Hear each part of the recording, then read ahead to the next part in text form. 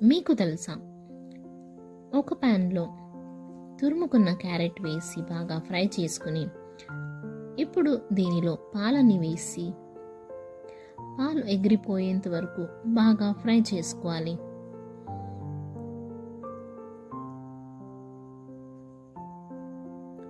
తర్వాత దీనిలో చక్కెర వేసి ఫ్రై చేసుకుని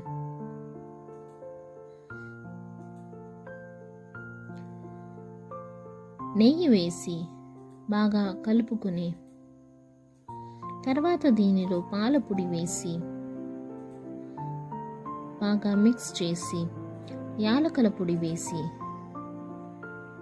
మరి కొంచెం పాలు మరియు పాలపొడి వేసి నూనెలో ఫ్రై చేసుకున్న డ్రై ఫ్రూట్స్ని వేసి కలిపి దించేయడమే. అంతే, carrot halwa ready. Detail recipe కోసం లింక్ క్లిక్ చేయండి.